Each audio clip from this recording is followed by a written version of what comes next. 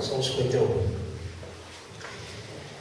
Compadece-te de mim, ó Deus, segundo a tua benignidade e segundo a multidão das tuas misericórdias.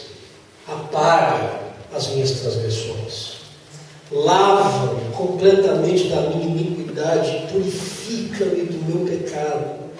Pois eu conheço as minhas transgressões e o meu pecado está sempre diante de mim. Pequei contra ti somente, e fiz o que é mal perante os teus olhos, de maneira que serás tido justo no teu falar e puro no teu julgar.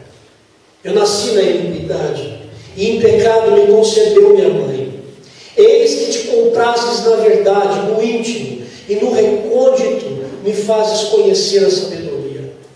Purifica-me com esopo e ficarei limpo. Lava-me e ficarei mais alvo que a neve. Faze-me ouvir júbilo e alegria, para que exultem os ossos que esmagaste. Esconde o rosto dos meus pecados e apaga todas as minhas iniquidades. E cria em mim, ó Deus, um coração puro e renova dentro de mim um espírito inabalável. Não me repulses da tua presença, nem me retires o teu Santo Espírito. Restitui-me a alegria da tua salvação e sustenta-me com um espírito voluntarioso. Então ensinarei aos transgressores os teus caminhos, e os pecadores se converterão a ti. Livra-me dos crimes de sangue, ó Deus, Deus da minha salvação, e a minha língua exaltará a tua justiça. Abre, Senhor, os meus lábios, e a minha boca manifestará os teus louvores, pois não te comprases em sacrifícios. Do contrário, eu te os daria, e não te agradas de holocaustos. Sacrifícios agradáveis a Deus são um espírito quebrantado e um coração compungido e contrito. Não o desprezarás, ó Deus. Faze bem a Sião segundo a tua boa vontade. Edifica os muros de Jerusalém. Então te agradarás dos sacrifícios de justiça, dos holocaustos e das ofertas queimadas. E sobre o teu altar se oferecerão novilhos. Amém.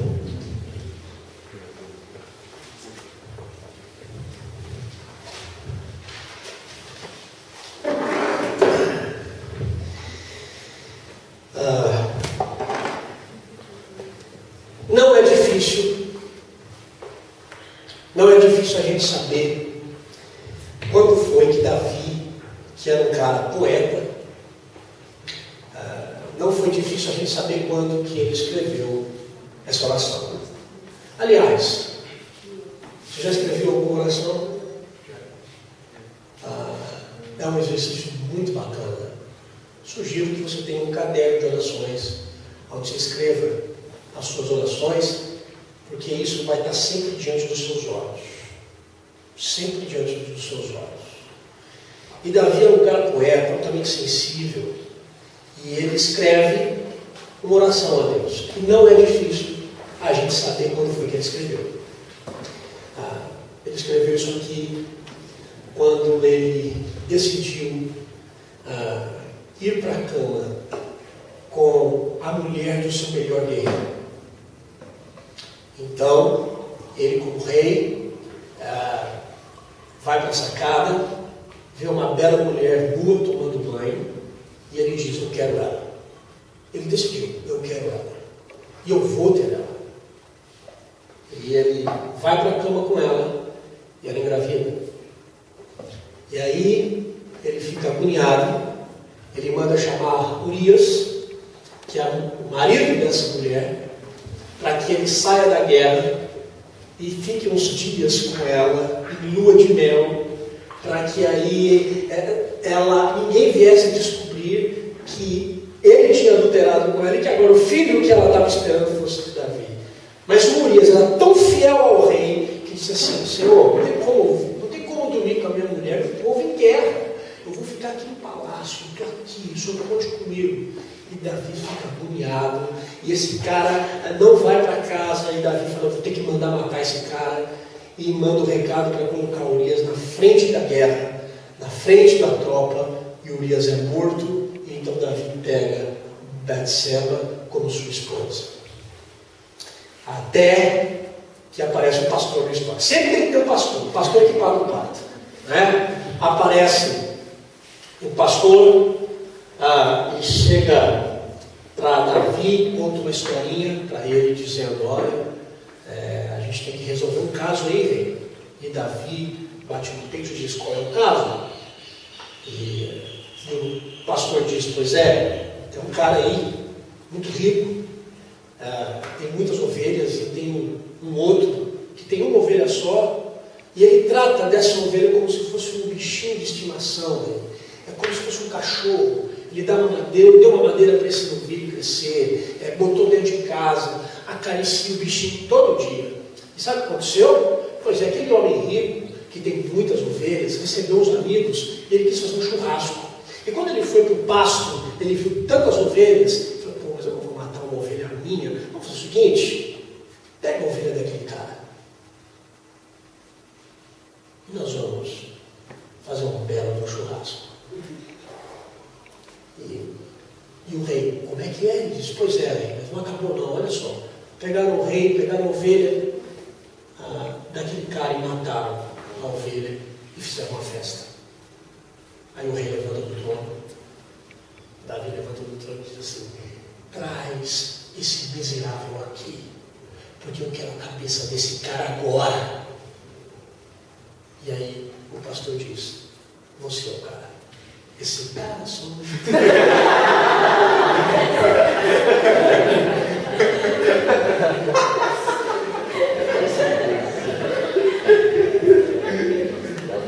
vai, besta. Vai.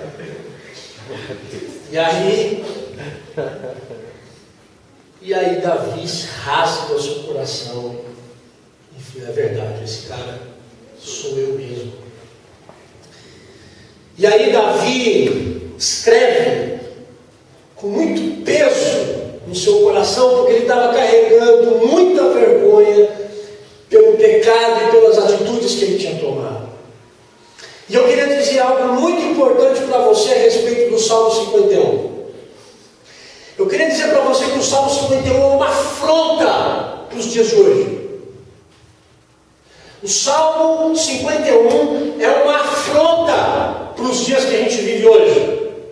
E sabe por que o Salmo 51 é uma afronta para o seu coração? Você sabe por que o Salmo 51 é uma afronta para os dias que a gente está vivendo hoje? Sabe por que o Salmo 51 é uma afronta para a juventude hoje? Porque hoje todo mundo diz que nós devemos ser fortes. Isso é uma afronta. A sociedade diz para você que você tem que ser forte. Tudo ao nosso redor fala sobre poder. Tudo ao nosso redor fala sobre força. Você tem que ser forte. Você não pode cair. Você não pode evidenciar fraqueza. Você não pode pedir perdão. Você não pode chorar diante das pessoas. Você tem que ser forte. Eu lembro de uma história que eu estava na escola, eu tinha acabado de me converter. E assim, eu nunca fui. Agora minha vida mudou, né? Encontrei Jesus. Graças a Deus. Oh, Pai. E antes de encontrar Jesus, eu não era muito bonzinho na escola, sabe? Dei muito trabalho para minha mãe na escola. Mas depois que eu me converti, eu estava trabalhando e eu saí no período da manhã e fui para a noite. Para o período da noite. Só que a minha fama chegou antes de mim. Não é? E eu estava lá um dia, numa aula de geografia, e a aula estava boa beça. Boa beça. Muito boa. E aí, sabe como é que é? Quando a aula é boa, você presta atenção. Mas não alemão, né? Agora, quando a aula não é boa, então, logo, você começa a bater um papo. Então, tá beleza, tal, aquela coisa toda. E eu virei para trás e comecei a conversar com uma colega lá, e não sei o quê. E a professora sabia quem era o fulaninho que estava falando, sabia da família dele, olhou para mim e disse assim: Vila, fica quieta. E eu fui muito rebelde, né? Mas eu não sou mais o que encontrei Jesus. Só Deus, né? Quando ela falou aquilo, Vila, fica quieta, eu me senti altamente exposto. E aí, nós temos que mostrar o quê? Força, poder. Eu olhei para ela e falei assim: como é que é? Aí ela disse assim: fica quieta. Aí eu olhei para ela e falei assim: fico não. Aí ela disse: você não vai ficar quieta? Eu falei: não. Aí a classe já ficou tensa. Já baixou aquele espírito de potestade. O ser maligno estava passeando na sala. E o pior é que o ser maligno estava tomando posse do crente. Pode? Não, não pode. E aí, ela disse assim: ok, então já que você vai ficar quieto. Ela chegou na porta da sala, abriu a porta da sala e falou assim: sai da sala. Aí eu olhei para ela e falei assim: sai da sala. Ela disse de novo: saia da sala. Aí eu disse: eu vou ter que desenhar para a senhora que eu não vou sair. Esse me deixa arretado, ó. Saio, não saio. Não fiz nada, não saio. Ela disse: você não vai sair? Não. Então ela foi até mim. E quando ela me segurou no braço, ela foi me puxar da carteira. Então ela pegou o meu braço e puxou. Quando ela puxou, ela foi sozinha. Eu fiquei na carteira, segurei. Quando ela puxou, eu senti que queimou meu braço. Aí quando eu olhei no meu braço, um arranhão. Aí quando eu vi o arranhão, eu fiz: não.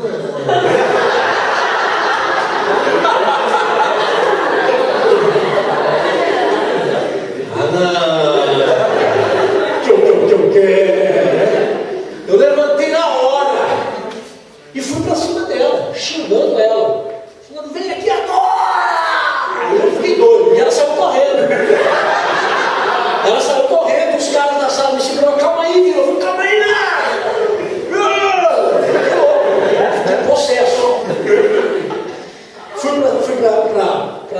para a direção, um lugar que eu já não ia, o recôndito, tudo, eu já sabia muito bem onde era, né? E aí a diretora me viu e falou assim: não. Ó, filho, mas como, cara? O que aconteceu? Não é? Eu falei: aconteceu o seguinte. Eu falei: aconteceu que vocês têm uma professora que acha que é o Wolverine aqui. A menina veio com essa unha desse tamanho, me arranhar. Eu vou chamar ela pro pau mesmo. Tá pensando que é o quê? Então, não, calma, não sei o quê, vai para casa. Me liberou, eu fui embora.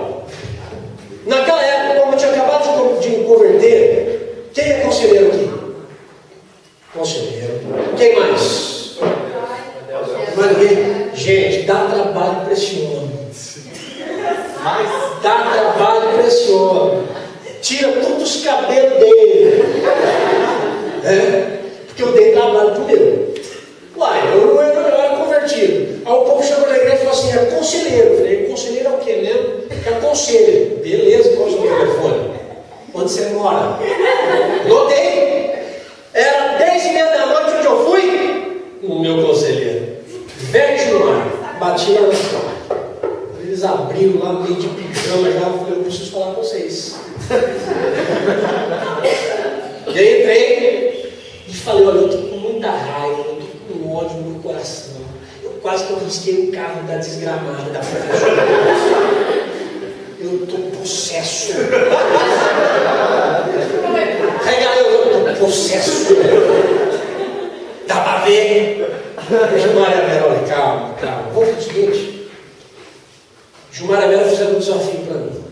Inclusive, gente, a vida é cheia de desafios. Vocês vão encontrar muitos deles. Hoje é um.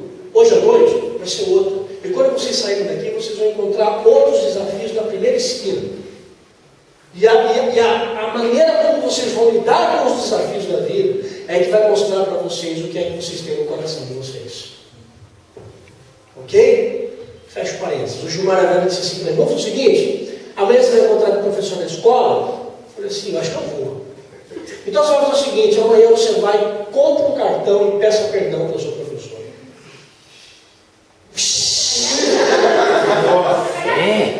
Matou. Gostei. Eu falei assim, como é que é, né? Eu tenho que comprar um cartão e pedir perdão para a professora. Você está doido? Vocês estão doidos? Eles disseram: bom, é um desafio, você aceita se você quiser. Eu fui para casa e na hora do meu intervalo do trabalho, entrei numa loja dessas de cartões, peguei um cartão, assim, falei: meu Deus, alguém me vê aqui dentro. Eu comecei a folhear, e vi um cartão, gente, grande, desse tamanho, um urso bonito, assim, com a cara assim. Aí eu peguei o cartão, quando eu abri o cartão, gente, a capa do cartão é todo brilhoso, assim, eu fui igual aqueles vagabundos, igual aqueles bichinhos taludos, assim. Quando eu abri o cartão, o urso segurando no coração, assim, com a cara meio de vergonha, assim, sabe? Dentro do cartão estava escrito: me perdoe. Eu falei: gente, é isso. Peguei o cartão, botei o cartão no bolso e fui, paguei, fui para a escola, botei o cartão dentro do meu caderno e fui para a escola. A desgramada da professora estava lá. Ela falou: hoje eu tenho que contar com ela, eu vou entregar esse cartão, Numa sociedade onde nós temos que evidenciar força, eu fui desafiado a mostrar que eu era fraco. Então, eu saí 15 minutos mais cedo. Na frente da escola tinha muitas árvores escuras, né? A frente da escola era muito escura. Eu encostei atrás de uma árvore. Parei atrás da árvore, abri um cartão e falei: gente, o que eu vou escrever aqui? Vou botar só o meu nome. Falei: não, professora, me perdoe, um beijo. Coloquei o cartão e fiquei atrás da árvore. Então cai. Sai um professor, sai dois, sai três, de repente sai a professorinha. Feliz da vida. Ganhei mais um dia de trabalho. E está indo embora. Quando ela chega perto de mim, assim, da árvore, ela não me viu, gente. E aí eu saio de trás da árvore. Aí eu digo assim: boa noite, professor.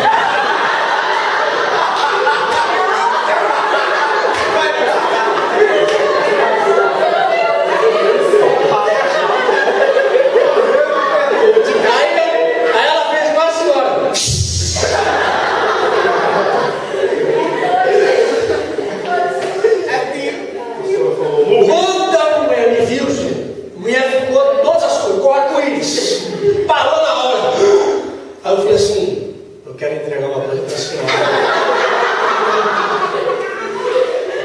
Quando eu levei a mão no bolso de trás, gente, ela fez assim: ah, meu Deus. Aí, de lá no meio daquela treva toda, debaixo de toda aquela pressão, que eu tinha que mostrar para todo mundo que eu era forte, e agora o Evangelho me ensinando a ser fraco, porque o Evangelho são para os fracos, e numa sociedade que impõe que nós temos que ser fortes e sermos poderosos, no meio de toda aquela treva, eu tiro o cartão com o urso, trago para ela e digo assim: professora, um cartãozinho, me perdoe, Deus abençoe, tchau. Fui embora, e ela ficou lá. Às vezes em quando eu encontrava com ela na rua da cidade assim, aí de longe eu perguntava: tudo bem, professora? Estava tudo certo. Tudo ao nosso redor diz para nós que nós temos que ser fortes. Esse salmo é uma afronta para os Gustavos Vilas que estão por aí nas escolas, em casa, onde pais não são crentes, e quantos são os jovens que que agora arrumaram as suas bolsas na noite anterior, vieram dos acampamentos da vida, vestindo no seu coração um mito, porque vieram com ódio e com raiva dos pais. E aí vieram porque saíram de casa querendo mostrar força e poder.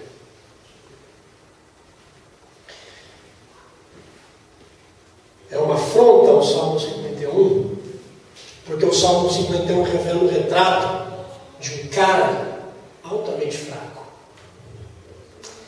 E sabe de uma coisa? Deus está aqui hoje procurando jovens que são fracos. Isso pode ser uma incoerência que eu estou dizendo, mas eu vou explicar para você o que é ser fraco. Deus está à procura de jovens que sejam fracos, capazes de reconhecerem que não podem, por si mesmos, caminhar com Deus. Porque está cheio de jovens por aí que acham: eu posso andar com Deus, eu dou conta. Não dá. Não dá. E quando você encontra, se nós pegarmos 10 casos de casos, eu dei conta, de mulheres, eu dei conta, você vai encontrar 9 que não deram. Você vai encontrar um caso que deu conta: José. Está entendendo o que eu estou dizendo?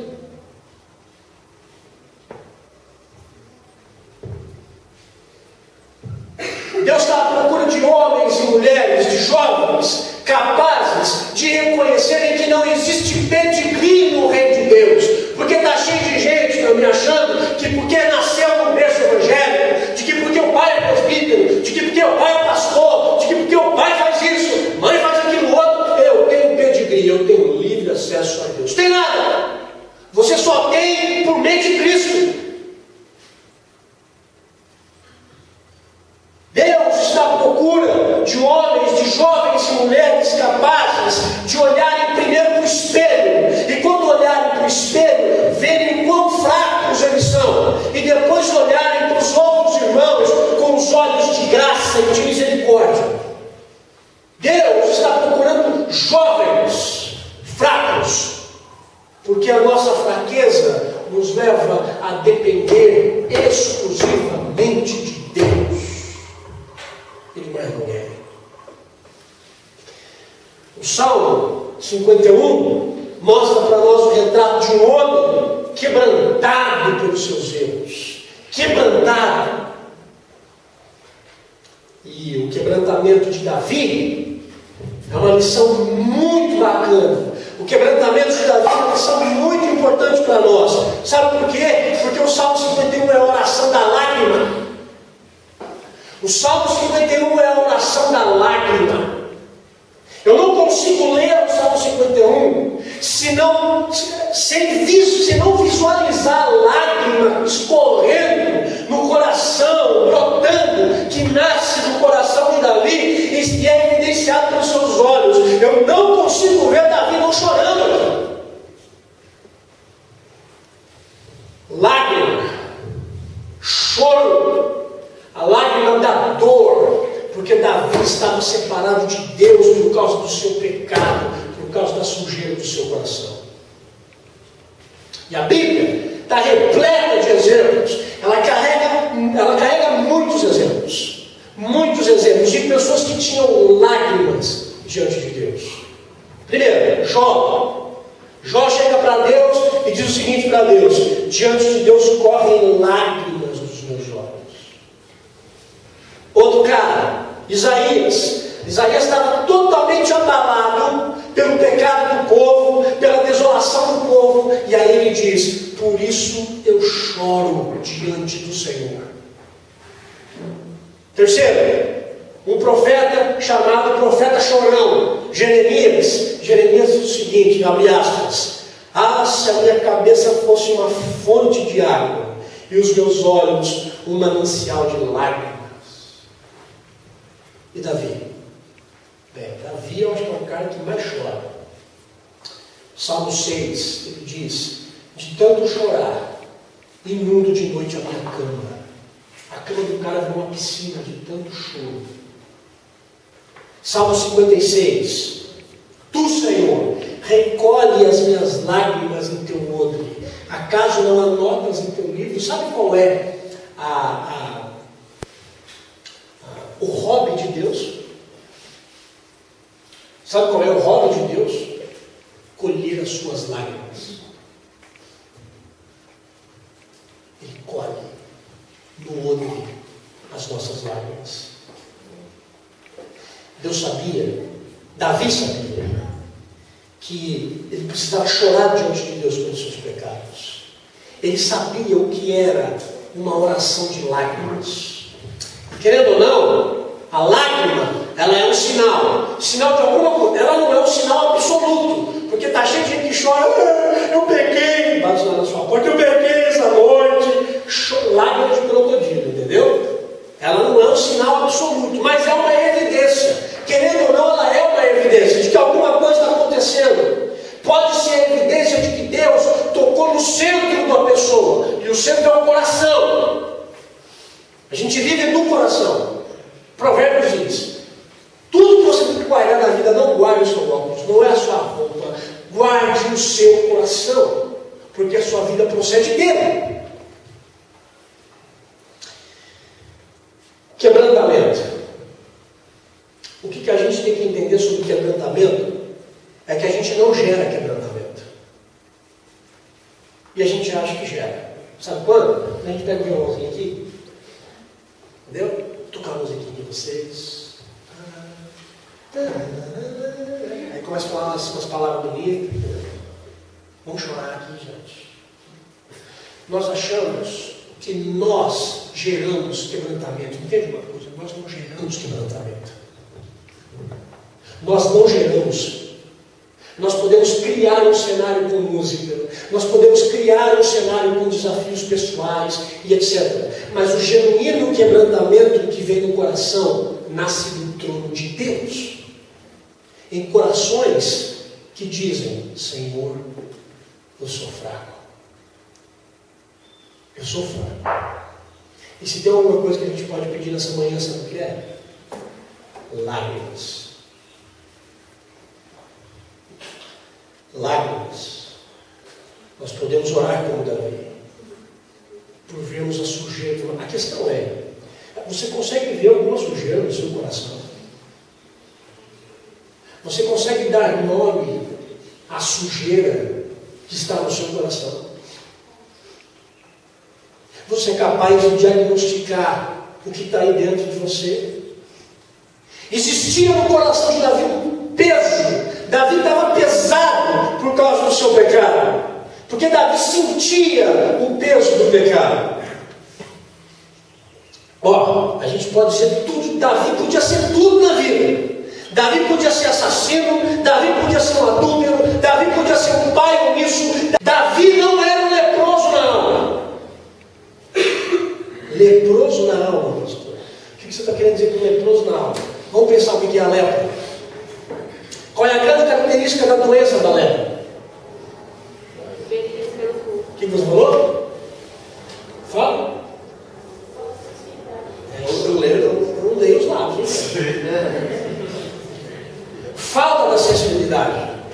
E aí a pessoa perde a sensibilidade na mão e ela começa a coçar. Até a hora que aqui já não dá mais, ela pega a faca e começa a coçar. E quando ela vê, as mãos são totalmente corroídas. A pessoa vai se mutilando porque ela não sente mais nada. Essa é a característica da lepra. Quando eu digo que Davi não era um leproso na alma, é porque Davi sentia a dor do pecado. Ele pediu um coração puro e limpo, porque ele sabia da sujeira da alma dele. Sabe o que me preocupa com a juventude de hoje? Me preocupa a juventude de hoje porque muitos jovens estão leprosos nos seus corações. Me preocupa. Muitos jovens estão leprosos porque mantêm uma vida pecaminosa, escondida, e não são capazes de chorar diante de Deus por causa dos seus pecados. Me preocupa uma juventude que conhece toda a liturgia da igreja, que conhece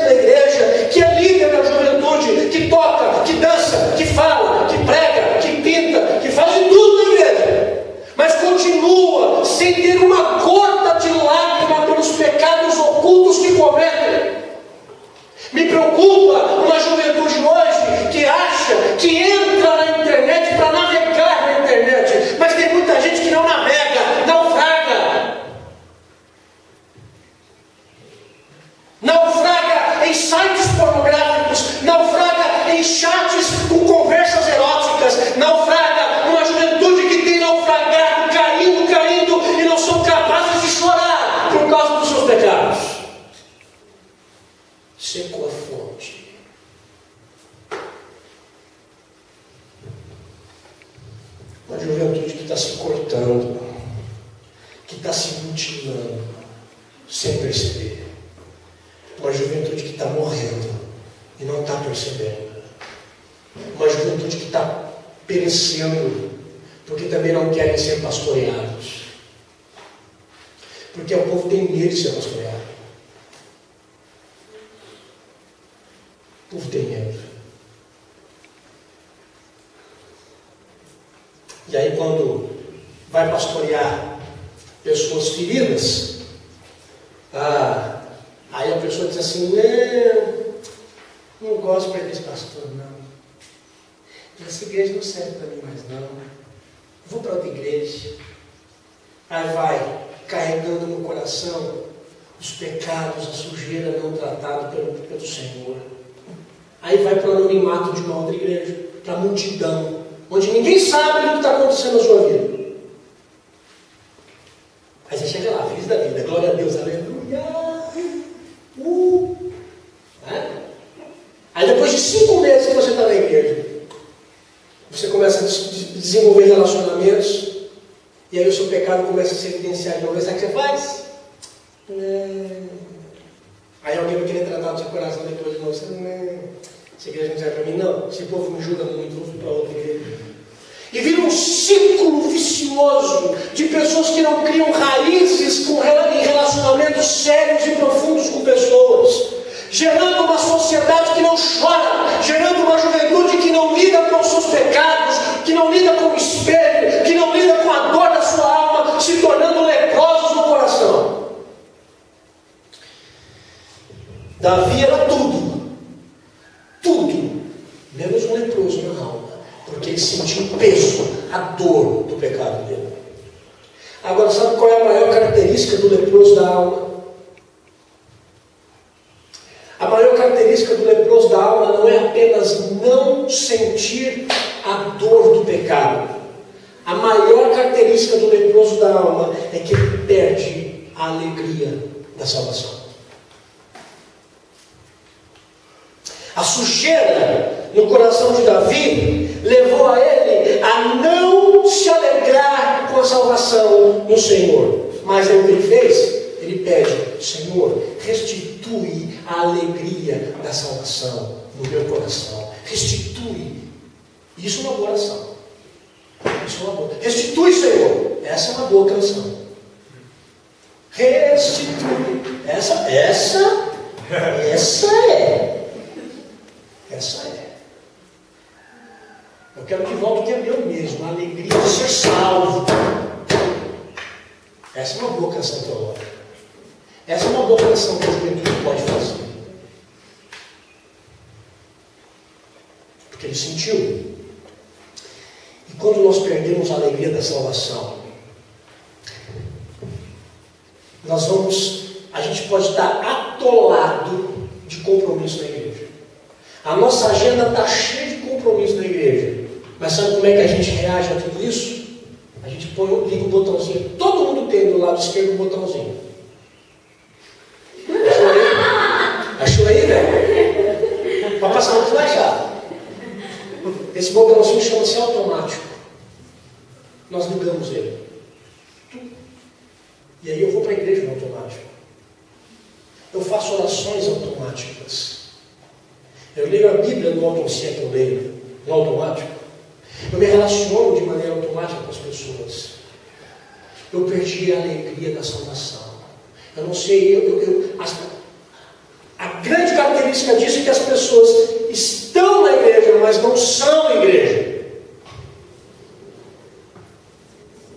Estar na igreja é uma coisa, ser igreja é completamente diferente. Há um tempo atrás, na igreja do Guará, eu preguei sobre isso, e no final da mensagem eu falei assim, gente, se você quer vir aqui para a igreja, eu vou fazer um convite para você, não volte mais não.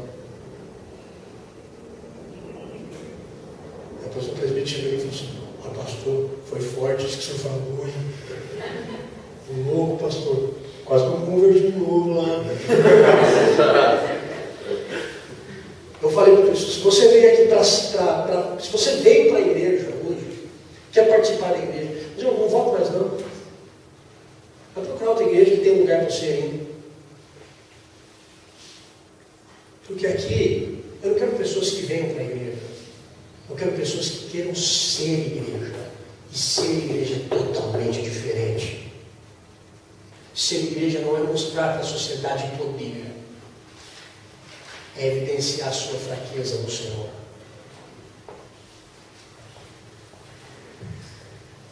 A gente pode pedir quebrantamento a Deus. A gente precisa pedir lágrimas pelos nossos pecados. Lágrimas.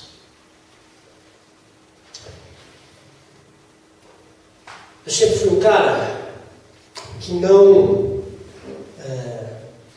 mesmo depois que eu me converti, eu tive sérios problemas com a minha mãe. Sérios problemas.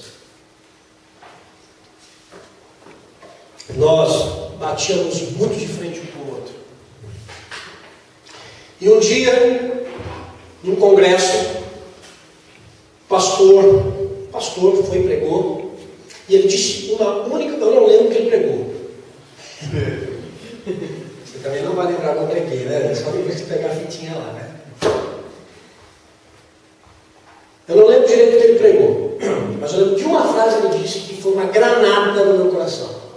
Ele disse assim: se depender de mim, a minha família vai dar certo. Não é se depender do outro, se depender de mim. Ele pegou a granada, abriu a boca, jogou lá dentro e deixou. Bum!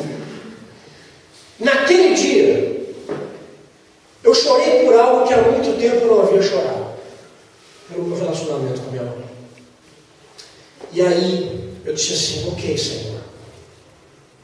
Ok, eu vou fazer algo, porque o Senhor quebrantou o meu coração.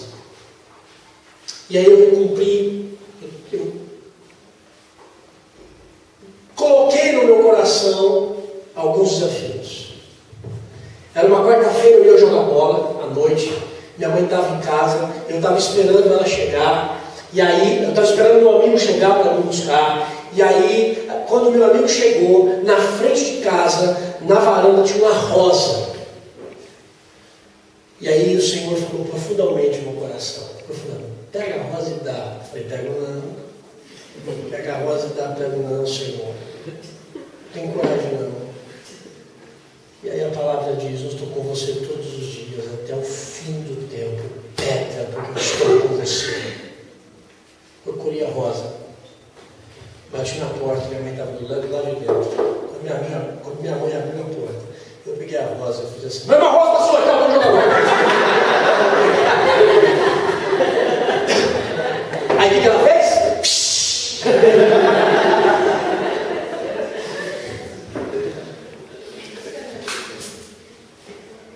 Entrei no carro assim: gente, como eu sou um imbecil, como eu sou idiota, como é que eu entreguei uma rosa para minha mãe? Poder e fraqueza.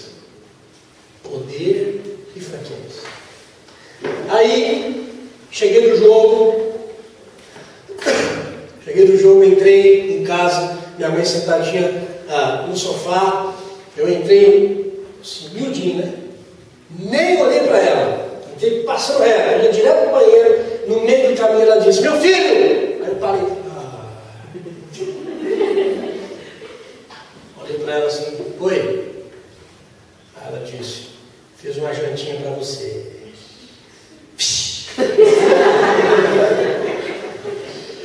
Quando eu olhei na mesa, a mesa estava arrumada, em cima da mesa um jarro d'água com a rosa dentro. Aí eu olhei e disse: ela gostou.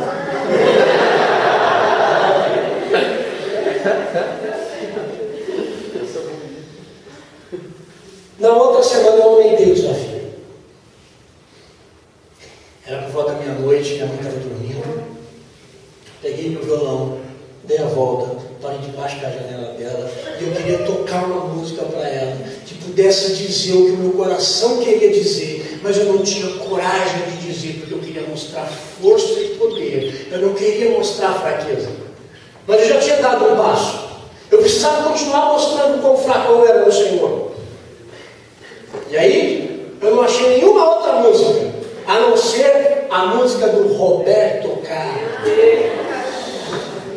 E a música que eu toquei para ela foi: eu tenho tanto para te falar, mas com palavras não sei dizer como é grande o meu amor por você. Minha mãe abriu a janela.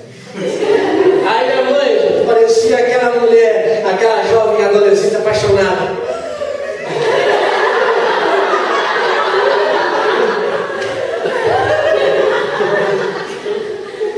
Desse jeito.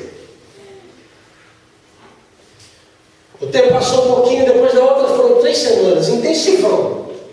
Na outra semana, minha mãe estava lá fazendo janta à noite, eu encostei nela e falei: agora eu tenho que falar. Eu tenho que falar. E aí eu encostei nela, tomei a cabeça no ombro. Ela era mais baixa que eu. Tomei e eu disse: mãe, eu te amo.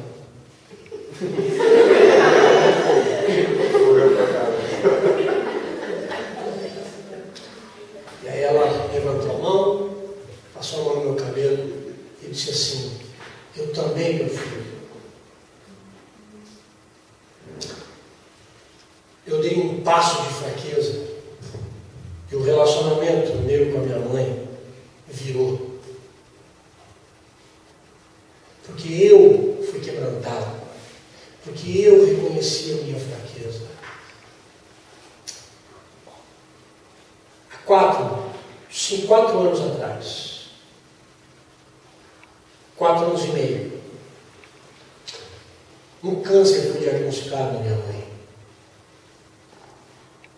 E no hospital, fazendo quimioterapia, mulher com a cabeça raspada, muito mal. Eu estava lá com ela, terminando minha monografia do seminário. Aí ela disse assim: filho, me levanta um pouco da cama para eu respirar? Claro, mamãe. Levantei ela, botei ela no meu peito, fiquei fazendo um cafuné nela. E aí eu disse para ela: mãe, você sabe que eu a amo, não sabe? Ela disse: eu sei. Me deita de novo. Eu a deitei, ela entrou em coma depois de 10 minutos. A última palavra que eu disse para minha mãe foi que eu a amava. Ela faleceu naquele dia.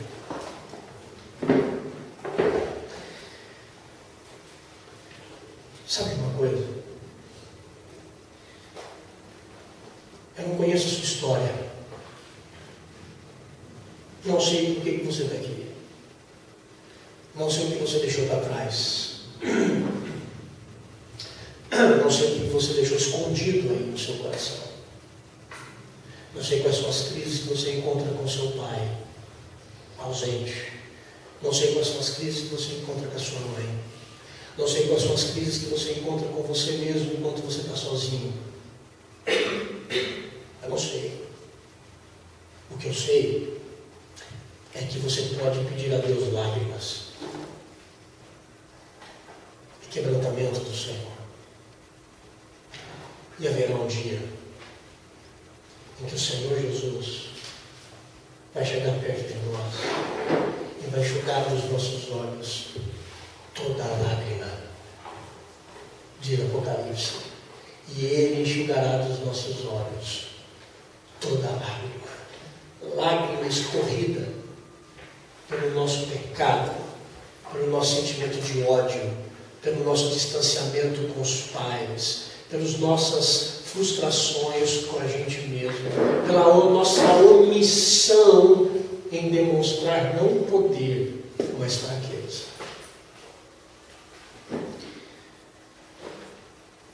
Por que não?